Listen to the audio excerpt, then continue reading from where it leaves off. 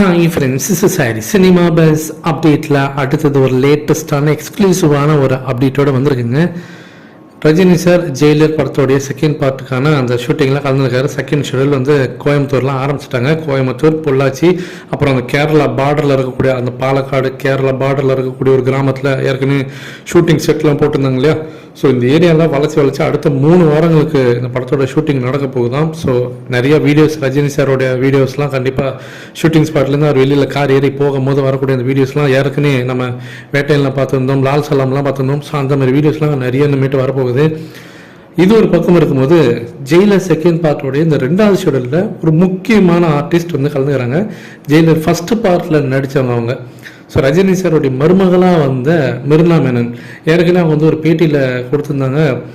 ஒரு பேட்டியில் சொல்லியிருப்பாங்க, நான் வந்து செகண்ட் பார்ட்டில் இருப்பேனான்னு தெரியல, அப்படி ஒரு வேளை நெல்சன் வந்து என்னோடய கேரக்டர் வேணும், அந்த கேரக்டர் முக்கியமான கேரக்டராக இருக்கும் பட்சத்தில் அவர் கண்டிப்பாக என்னை கூப்பிடுவார், நான் நடிக்க போவேன் அப்படின்னு சொல்லியிருந்தாங்க.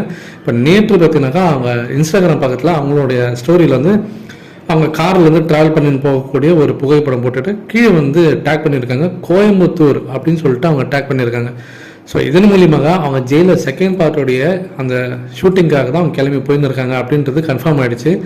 அவங்க இந்த செகண்ட் பார்ட்டில் அவங்களும் ஒரு அங்கமாக இருக்க போகிறாங்க, அவங்களும் நடிக்கிறாங்க. ஸோ ஜெயிலருடைய மருமகளும் இந்த படத்தில் வந்து கண்டிப்பாக நடிக்க போகிறாங்கன்றது கன்ஃபார்ம் ஆகிடுச்சு.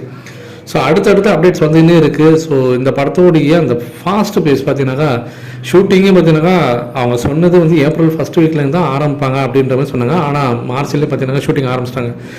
ஒரு ஷெடியூல் முடிஞ்சு 2வது ஷெடியூலுக்கே போயிட்டாங்க அதுக்குள்ளார. ஸோ ரொம்ப ஃபாஸ்ட்டாக போயின்னு இருக்குது. ஸோ எல்லாருமே எதிர்பார்த்துனுங்கிறது இந்த படத்தோடைய அப்டேட்ஸ்க்காக தான். நீங்கள் எந்த அளவுக்கு எதிர்பார்த்து காத்திருக்கீங்க அப்படின்றத மறக்காம கீழே சொல்லுங்கள் ஃப்ரெண்ட்ஸ்.